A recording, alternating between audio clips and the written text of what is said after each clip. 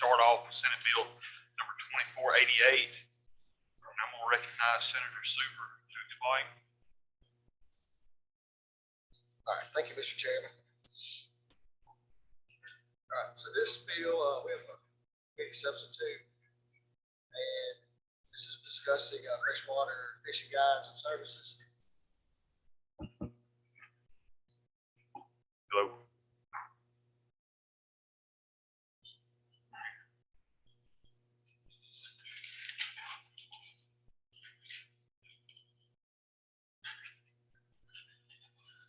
All right, is that better? All right, so we have a committee substitute. This is an act requiring freshwater fishing guide service and licensing. Section 1 is mainly definitions describing a head boat, a charter boat, who classified as a guide, skipper, captain. Part 2 of this is describing like the form of license. We'll have a decal be on the boat for in-state license for guides would be $150. It'd be a $2,500 fee for non-residents. Then for the outfitters, it'd be an annual fee for in-state $250 residents, and for out-of-state it'd be $2,500 for non-residents. You require 1 year proof of residency and a valid sportsman's license for residents.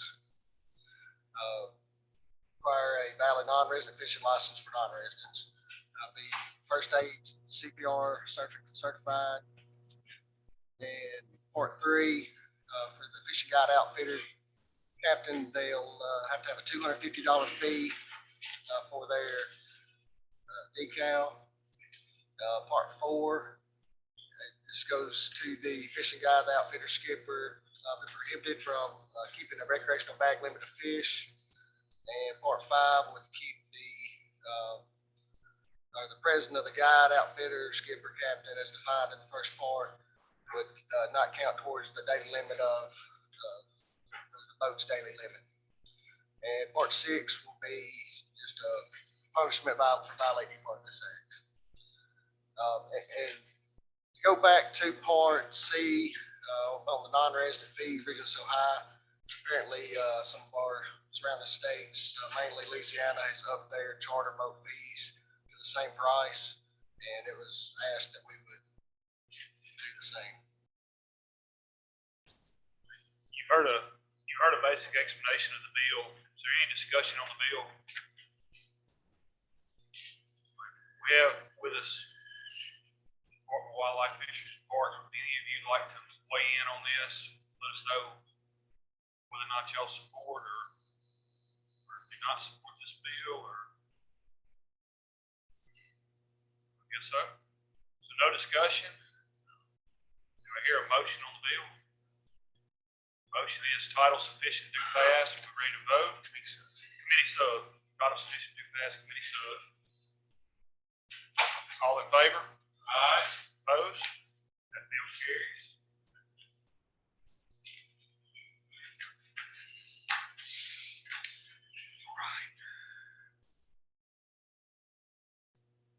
We're going to move on to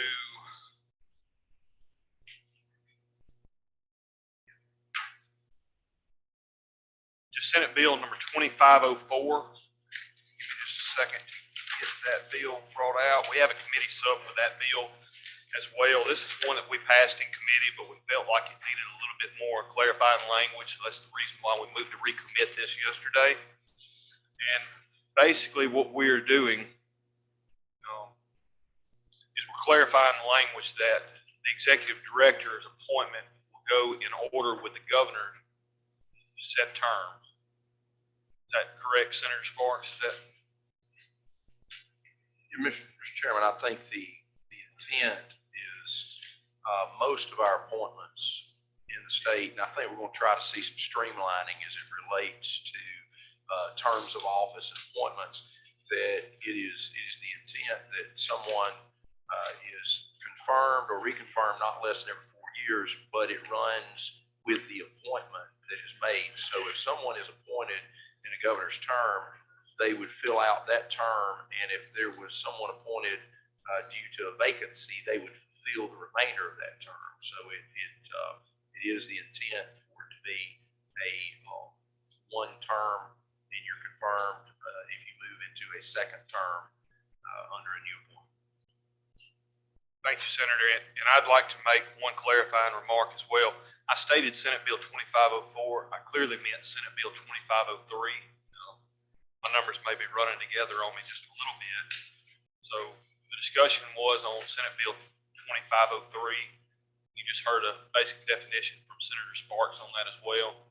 Is there any discussion on that bill? For a motion? Motion is title sufficient to pass committee sub. Are we ready to vote? All in favor? Aye.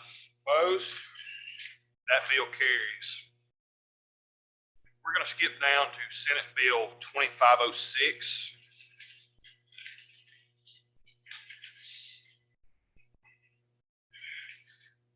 Senate Bill 2506, basically what it is doing would be establishing an early season velvet deer hunting opportunity for sportsmen in the state of Mississippi to have the opportunity to harvest a whitetail buck in full velvet.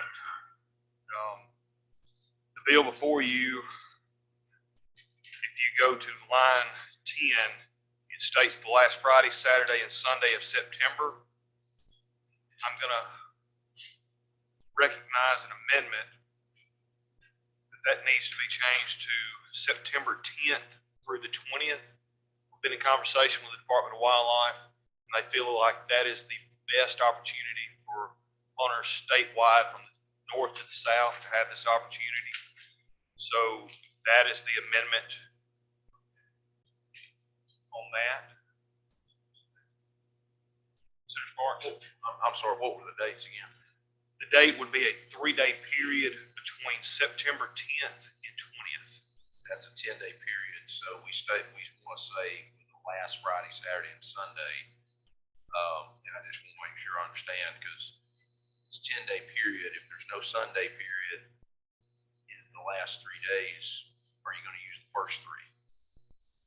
So like if the first day, if September 10th is Friday, Saturday, Sunday, and I don't have a calendar in front of me, but then if we run into the fact that there's not a Sunday in that second set, are we intending to say it's one weekend in that 10-day period that includes all 3 Friday, Saturday, Sunday? That is my assumption of, I'm being nodded yes, that's what the department is wishing for as well.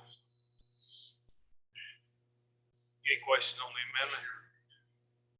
That's my point, is that we have the word last weekend, or last Friday, Saturday, and Sunday, so we mean the second full weekend within that 10-day window.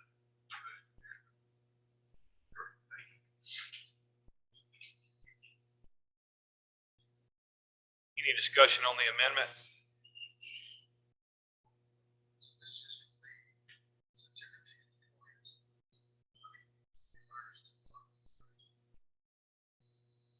Yes, it would.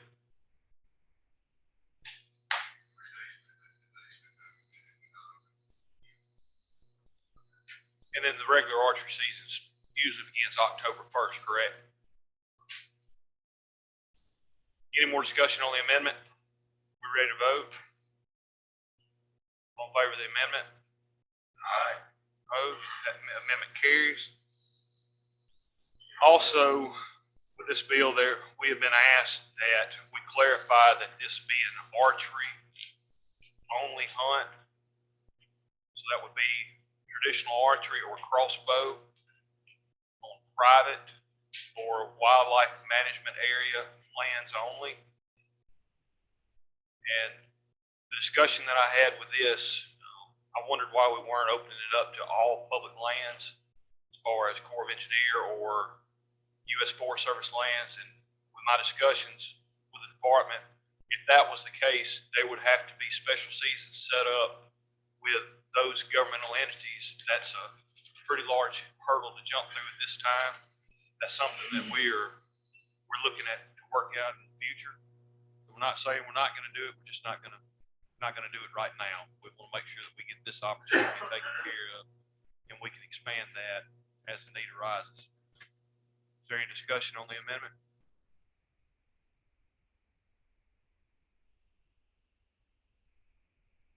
The archery and crossbow only on private and wildlife management area lands.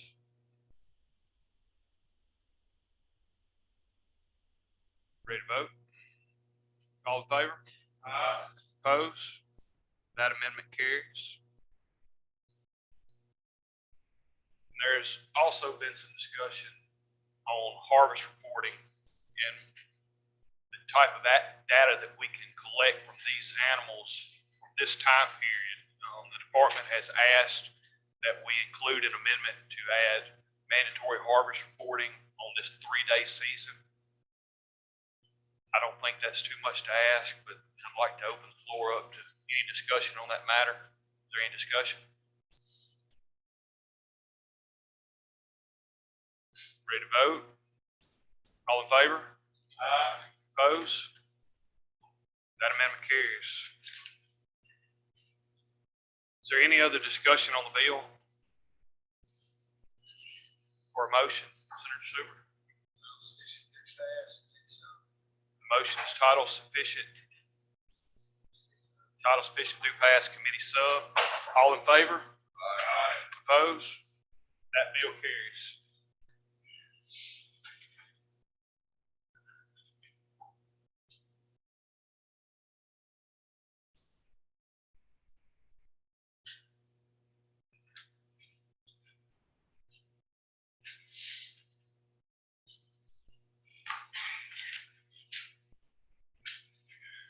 All right. And at this time, we're gonna shift gears just a little bit. When we started these discussions 2 years ago, we made a great emphasis that our state parks were a great concern to us, and that we were going to look at very many different options on how we can improve and take care of our state parks. That's been something that we have worked for in the last 2 years. So this year we have 3 bills that are dealing with parks, 3 different avenues of approach. The first bill that I'm going to bring up would be Senate Bill 2504. It's in a committee substitute. And I'll give you a basic definition of this. What this would do, it would create an executive director of the Division of Parks and Recreation within the Mississippi Department of Wildlife, Fisheries, and Parks. So we would be creating a new executive director within the agency currently. The executive director would serve a term of 4 years. It should be eligible for reappointment at the end of each term. A reappointment by the governor should be subject to the advice and consent of the Senate. No person appointed by the governor to serve as the executive director should be eligible to take office unless his name shall have been submitted to the Senate for its advice and consent at least 30 days. That's the process and how the advice and consent works. It goes on to Section 6, where it is creating the Division of Parks and Recreation within the Department of Wildlife, Fisheries, and Parks, where that is appointed by the governor. Basically, the definition and the explanation of this bill is we are creating a division of an executive director of parks within the department. Is there any discussion on the bill? Any discussion on the bill? For a motion? Motion is title sufficient to pass committee sub. All in favor? Aye. Opposed? That bill carries.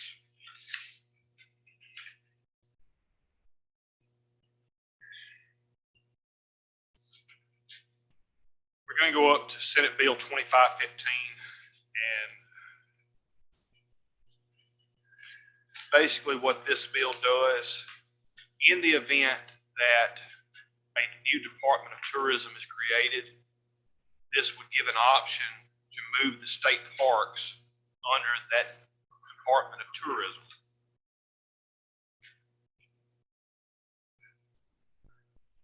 That is a basic definition of the bill, and that is all hinging upon the passage of the creation of the Department of Tourism. And I said earlier, we've made it a priority of ours to engage and talk to the parks and how we can make them better.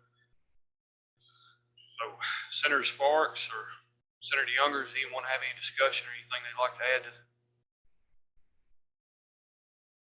Any discussion on the bill? For a motion? Motion is title sufficient to pass. All in favor? Aye. Opposed? Aye. Bill carries. Senate Bill 2518 is very similar to the bill you just saw before you. The main difference to this bill, instead of sending parks to the Department of Tourism, you would send it to Department of Tourism under the MDA guidance. That is a basic definition of the bill. Is there any discussion on that bill? Mr. Chairman, Senator Sparks? thank you. The primary purpose, and I know you explained that there were 3 different vehicles to get here. All of these versions have been suggestions for different quarters within state government over the last few years and even months. Is that why we're empowering multiple vehicles? That is my assumption as well. Yes, sir. And if we go to the floor and something has not materialized at that time that would allow us to take one of these vehicles, we can always insert a reverse filler on the floor that would keep it moving along so that we can work together with the department, with NDA, with tourism, with whomever we're addressing. Is that Exactly. Thank you, Mr. Chair. And if someone would like to insert a reverse repealer at any time, I would not be opposed to any of those. That's fine. I just want to make sure everybody knows we're working. There's multiple moving parts that things hinge on, but yet we have the opportunity, on the floor, if things have not moved in a timely fashion, there's a log jam. We always have an avenue to be able to redress. Yes, sir. Thank you, Mr. Chair. Senator Super? Any more discussion? For a motion? Motion is title sufficient to pass. All in favor? Aye. Opposed? Aye. That bill carries. And that is going to end our committee meeting for today. Do I hear a motion? Rise and report.